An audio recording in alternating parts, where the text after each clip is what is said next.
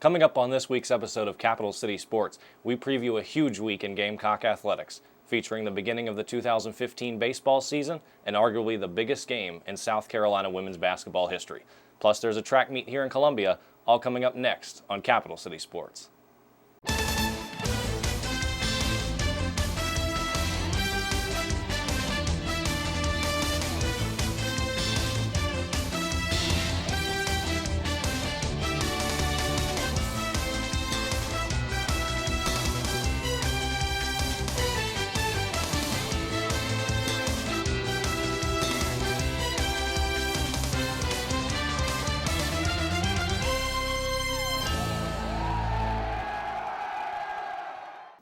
Welcome inside this week's episode of Capital City Sports. I'm Brett Williams. Football dominates the scene here in Columbia each fall, but in the spring, it's baseball that takes over the town. South Carolina was eliminated last year in the NCAA Regionals, and the guys will look to push back to Omaha, starting with first pitch this Friday. With a preview of Gamecock baseball in 2015, we turn it over to the CCS staff. Here's Haley Anders and Katie Davis. Thanks, Brett. The Gamecocks look to continue their 16-season streak of 40 or more wins this Friday with their home opener against College of Charleston. The Gamecocks went 44-18 last season, but before we get into this season just yet, let's talk a little bit about summer ball. Katie, you know everything about summer ball that happened this past year. Tell me what you saw in our players. Well, a lot of Gamecocks participated in the summer leagues, and some had great summers, including Gene Cohn and Jordan Gore. They played together with the Florence Red Wolves, and both of them had phenomenal summers, especially Gene Cohn. He was named the 2014 Coastal Plain League Player of the Year. He was the league leading hitter. He had a .385 batting average, and he had 43 starts with 18 doubles and a pair of triples. So offensively, Gene Cohn had a fantastic summer. Both him and Jordan Gore had all-star selections, and Jordan Gore hit .262, 41 starts, so obviously neither of them had bad offensive summers at all. They led the Red Wolves to the Coastal Plain League's Championship Cup, the Pettit Cup, so they were fantastic this summer. Also, Josh Reagan stayed locally. Columbia Blowfish, he had a great season as well. The last week of July, he won the Coastal Plain League Pitcher of the Week award, so fantastic pitching following a start where he went 7 innings, allowing no runs, scoreless innings, and got the win. So he got that award after that week, so he had great pitching. He had 4-1 through July, I think, 4-1 record, so fantastic. Wow. Hopefully they can bring that play, pitching offensively, back to the Gamecocks this season. Absolutely, and when we're talking about returners, people are focusing on our losses. You know, we lost the Grayson Grinders, the Joey Pancakes, the Tanner English. Fear not, people, we have so many returners coming back. Let's talk a little bit about that. My personal favorite that's coming back isn't the most, well, I mean, he's really quiet, but he's got that big bat, and it's Connor Bright, okay? He's the outfielder, the senior. I'm looking to him for a lot of leadership. Although he doesn't say much, he speaks through his actions. He hit a .331. He had 25 runs scored, 11 doubles, and 24 RBIs. Those numbers don't lie. He is going to be the one at the center of our lineup. I think he's going to do great things. Who do you see standing out? Yeah, definitely don't sleep on Connor Bright.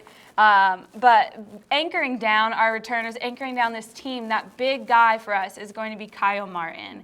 The first baseman, he turned down a deal to the Los Angeles Angels, got drafted 20th round, comes back to play for the Gamecocks another season, already proves how much he loves this team. So great example already before the season even starts. He had a great numbers last year. He had like .330 batting average, something like that, 5 home runs, so huge bat, middle of the lineup, not bad defensively as well. So he's going to be a great example on the field, needs to be a great example in the locker room as well. To lead, we are still a young team, so to lead those freshmen, show them what to do. He's got experience in the World Series, so take us back to the College World Series. We want to be in Omaha. Kyle Martin will help us get there.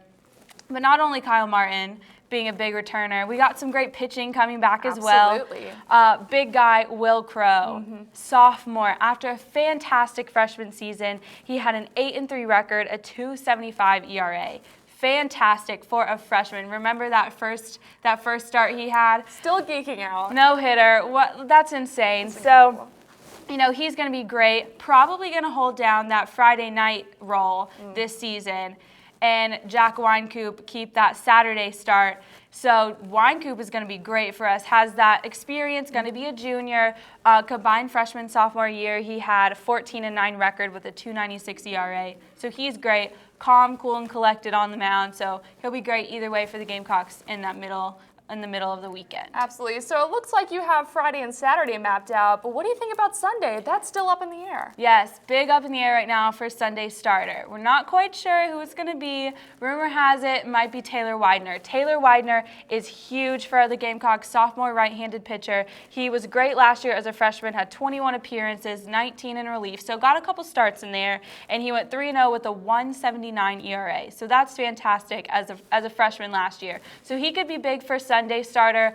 Also up in the air, the veteran roles of veteran pitchers of Vince Fiore and Cody Mincy. If Widener's not the starter, he may be the closer, and if he's the starter, then Fiore or Mincy might get the closing role. So either way, Sunday starter, into the bullpen. Either way, our pitching's locked up, I think. Got it on lockdown? Got it on lockdown. But in your opinion, your expert opinion, who do you think's going to have the role? Do you think it's going to be Taylor Widener? I think Taylor Widener might be the front runner right now. I think Fiore and Mincy might be too crucial to take out of the bullpen. Got that veteran presence in the bullpen. We're going to have a lot of young freshman pitchers, as we do. So I think they might be good to stay in the bullpen, and Widener might get most of the starts. Holbrook may decide that he wants to bring in a veteran for the beginning of the season, but who knows? I think Widener might be the front runner. Absolutely, and there's no doubt about it that we have so many amazing returners. There is no short of talent at all. But, we've talked about the returners. Do you see any prospective freshmen? Got a lot of freshmen coming in, a lot of top recruits, which is going to be great, a lot of pitchers, a lot more fielders, which is going to be fun. But key freshman right now to this point is going to be Alex Destino, probably going to hold down the DH position. Chad Holbrook said that he was already more offensive. He was shocked at how offensively advanced he was already coming into the season through the fall, practices and scrimmages. So Alex Destino is going to be huge for the Gamecocks in that lineup. He actually won this past week. He won the preseason All-America honors by Baseball America, so already making big things happen. So he's going to be big, I think, for the Gamecocks. Absolutely. So you heard it here first, folks. It's going to be a great season between our returners, our boys that participated in summer ball, and the freshmen. You never know what's going to happen.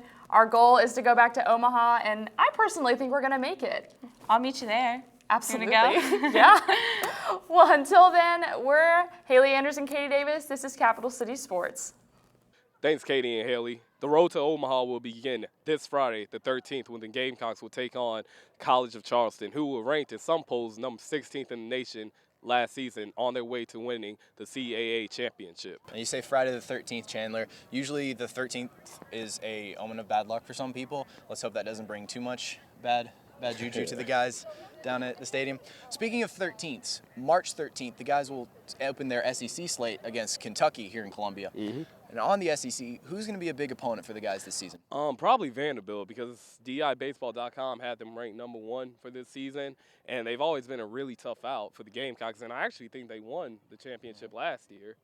They beat my hometown Virginia Cavaliers in 3 games in the best-of-3 series to win the overall title. Now, LSU's always been a big threat as well in the conference. They did lose top-notch pitcher Aaron Nola. He's in the Phillies organization now, but they've always had a strong team. I'm looking for them to give the guys some trouble this year. Definitely. And in addition to their 30 SEC games this season, the Gamecocks will also play 24 teams who were in the NCAA tournament last season.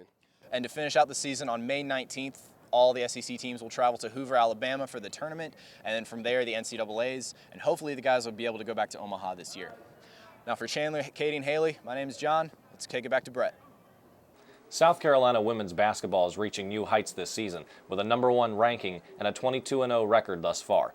But the Lady Gamecocks are about to face their biggest test of the season as they travel up to Storrs, Connecticut to take on Gino Auriemma's juggernaut UConn Huskies. With a preview of this monumental showdown, we turn it over to Nick Jones and Brian Principe. We're here on the Horseshoe, and alongside me is Brian Principe. I'm Nick Jones, and we're going to preview the women's basketball game for Monday night against the UConn Huskies. So, Brian, what do you think South Carolina has for the advantage coming into this game? Well, advantage-wise, South Carolina is a little up against it this game. I think that South Carolina likes to play down low in the paint. We've seen it before. Elena Coates, Alicia Welch, those are their big-time players down low. But South Carolina has a dominating force to play against in Brittany Stewart. Huge player for UConn, going to be dominating down there. Very physical game between these two teams. I definitely am expecting a physical game between South Carolina and UConn. But South Carolina has to do a lot of work to get their play inside the paint like they'd like to.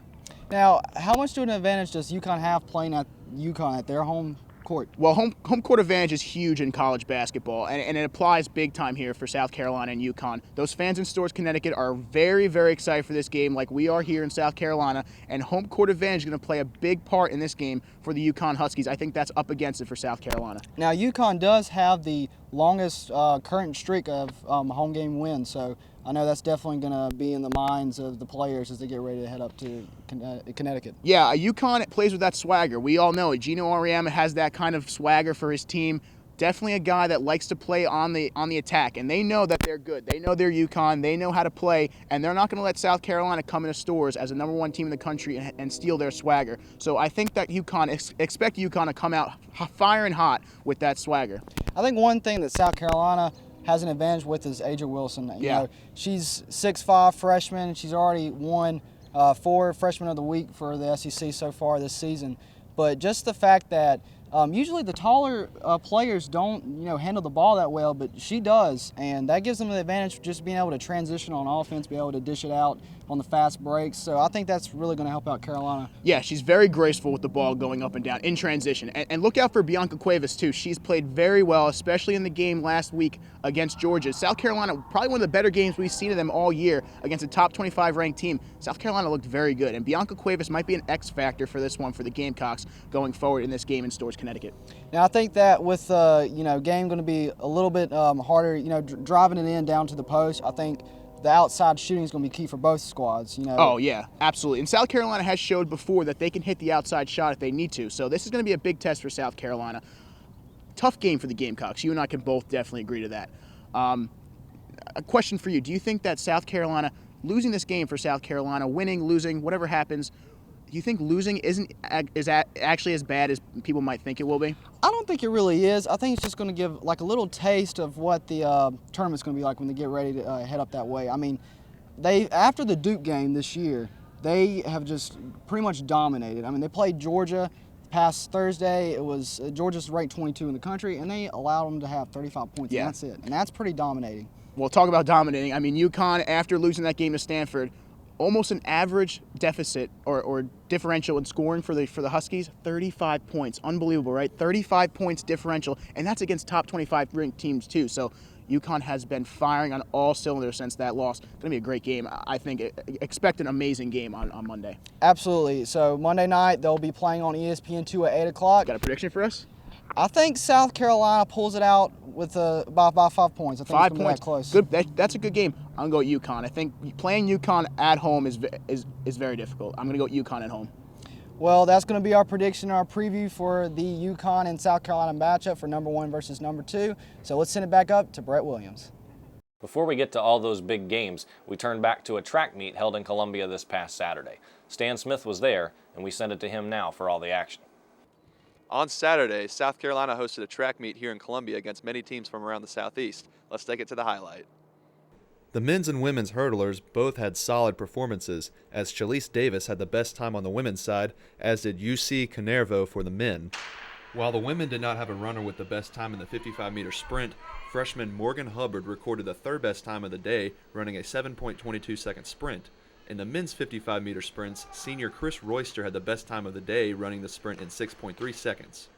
In the men's field events, South Carolina recorded 2 of the best weight throws of the day, with Clarence Gallup and Josh Awuntunde earning 2nd and 3rd respectively. And in the women's high jumps, junior Sarah Graham recorded a 1.67-meter jump in the final round, earning her 3rd place, while sophomore Nikita Gray had the best jump of the day for the women, jumping a height of 1.77 meters in the final round. South Carolina won 8 of their events on Saturday, and on Friday the 13th they will travel to Fayetteville, Arkansas to take on the Razorbacks, as well as many other teams from around the SEC and other national powers. For Capital City Sports, I'm Stan Smith. That's going to wrap it up for this week's episode of Capital City Sports. Join us back here next week where it's sure to be a jam-packed episode as we've got baseball, softball, men's and women's basketball all coming up next week. So hang on for the ride. In the meantime, don't forget to like us on Facebook and follow us on Instagram at Capital City Sports and follow us on Twitter at CCS on SGTV. For all of us here at CCS, I'm Brett Williams. Thanks for watching. Carolina, forever to thee.